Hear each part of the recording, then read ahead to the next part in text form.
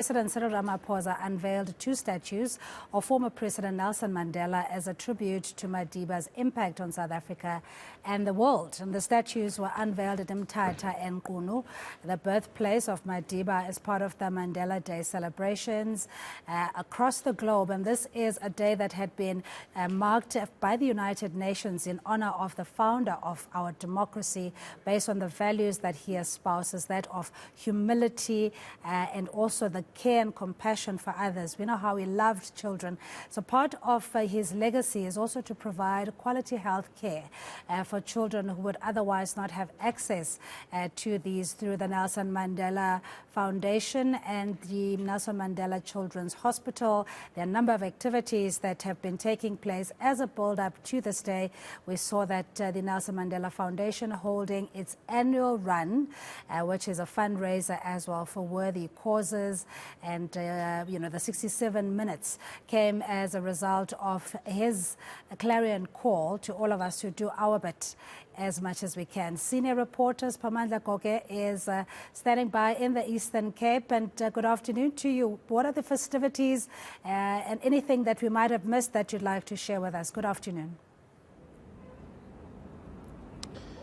Well, indeed, today has been a very significant day, not only in South Africa, but globally. Remember that this day was declared by the United Nations as a day to remember the global icon, Nelson Mandela. So today we are in the Eastern Cape province, which is the birthplace of the late former President Nelson Mandela. President Cyril Ramaphosa unveiled two statues of the global icon today, and one of those is just behind me in Mthatha at the Nelson Mandela Museum, and there's another one in Qunu where the struggle stalwart was laid to rest. And today President Ramaphosa reminding South Africans that they need to continue doing good to honor Madiba's legacy and values, but also defending the decision to continue erecting statues and monuments to remember the departed heroes and heroines, saying, well, statues, museums and other features remind us of the past, and they are also very important in any country's political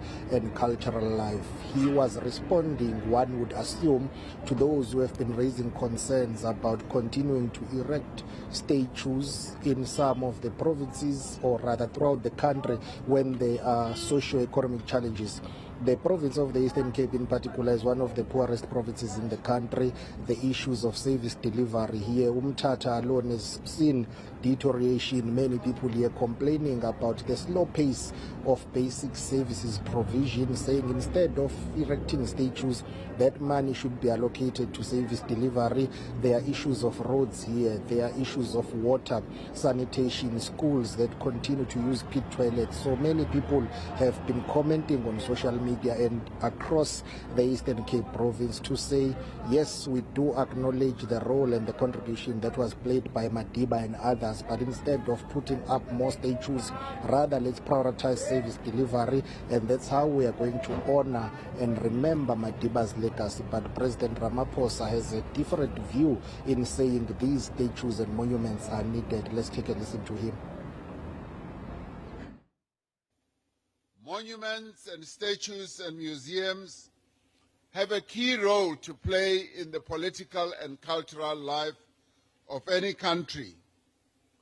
They are a means of giving recognition to those who suffered hardship, who suffered repression, exile, or death in pursuit of a universal ideal such as human freedom. Monuments such as the ones that we unveiled are the struggle of memory against forgetting. We have eNCA senior reporter Siphamandla Goge, who is in the Eastern Cape as we commemorate and mark Nelson Mandela Day. Just what the president had said in describing Mandela, and maybe even erecting the statues, its spin-offs could be a tourist attraction of sorts that will bring much needed revenue to the area. Spa? Absolutely, that's the view, that these statues should be a draw card in terms of tourism and economic development and job creation in the area.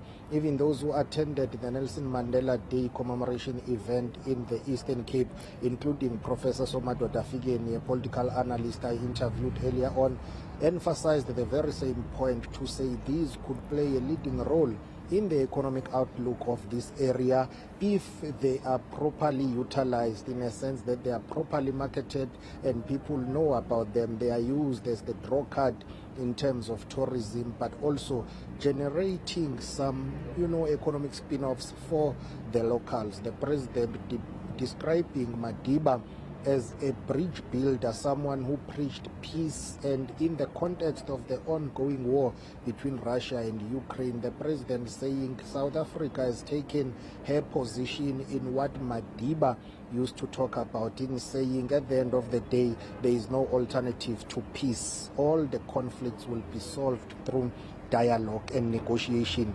President Ramaphosa saying that's why the African mission of African leaders has been able to negotiate with both Ukraine and Russia in the ongoing conflict. Let's take a listen to the president. Nelson Mandela taught us to make peace wherever we can. We're making peace in a number of countries on our own continent. We're also making peace from as far afield as in a place like Ukraine, where there's a raging war. We have participated together with other 6 African countries to go out there and make peace. One of the reasons we do so is that the negative impact that that war is having on us as Africans is that we are seeing food prices going up, we are seeing fuel prices going up, we're seeing the cost of living going up. And as it turns out, as Africans, we are the only group that is able to talk to both sides at the same time. Now, Sipha, as you were saying, that job creation, or rather unemployment, and the Eastern Cape being the poorest, one of the poorest provinces in the country, has become synonymous with that area, and yet it had birthed icons and leaders, political doyens, etc. What is the challenge still in your view, and how is it being addressed using Madiba's legacy?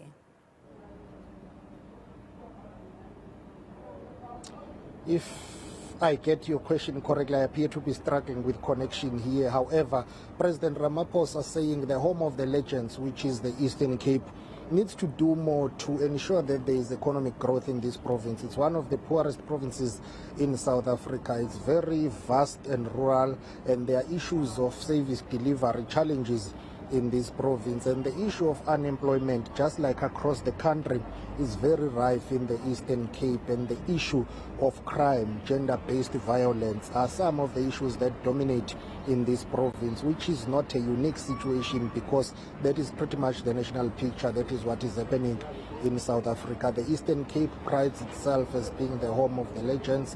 It's produced a lot of great leaders, business people, sports, and other persons who have done well in South Africa, artists. So in all sectors of the society, this province has been able to produce great South Africans.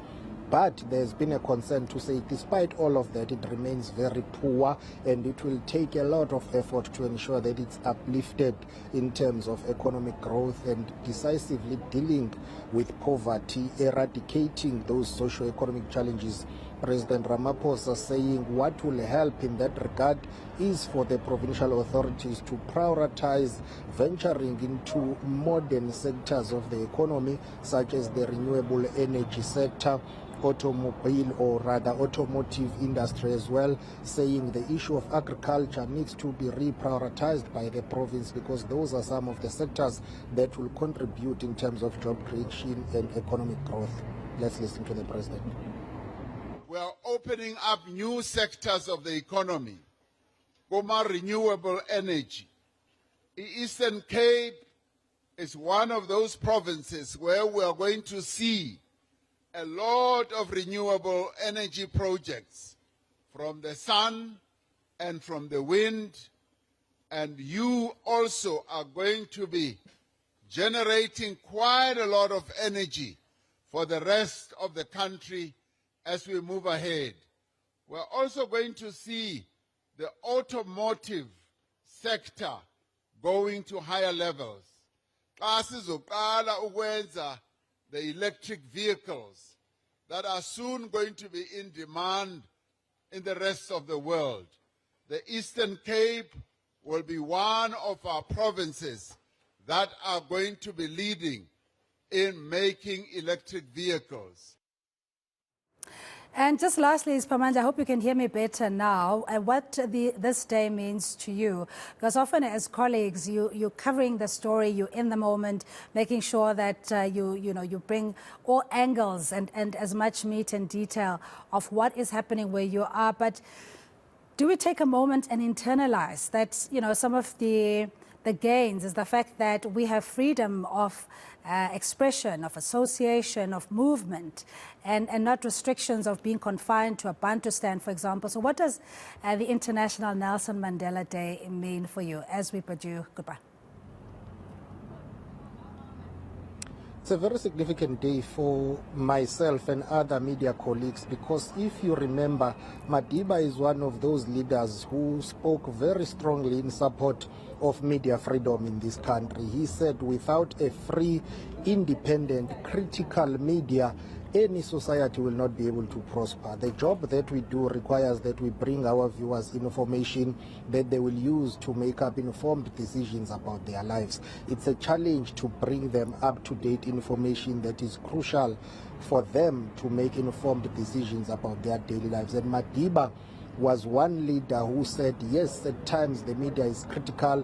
We may not like what the media is reporting about us as leaders, but we have to respect their right. We have to respect the right, for freedom of expression, freedom of information, association, and media freedom as a whole. But most importantly, we need to ensure that the media remains independent and free to be able to practice their craft without any due political or commercial influence, and that will be critical for a South African democracy to thrive. So for me as a journalist, that's one of the things that I remember and value much about former President Nelson Mandela and his contribution in ensuring that the country's media landscape remains free, independent, and be able to practice our craft freely. In other countries, they do not have this media freedom that we enjoy in South Africa, and I guess that's one of the things that the media industry must reflect on and ensure that we are always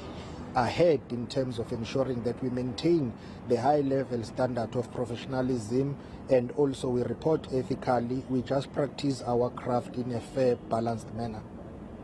Thank you so much. Really appreciate it, and happy International Nelson Mandela Day to you and all South Africans and the world or the globe at large. That is Siphamandla Goge, eNCA senior reporter out in the Eastern Cape, where 2 statues were erected or unveiled in honor of Utata Nelson Mandela.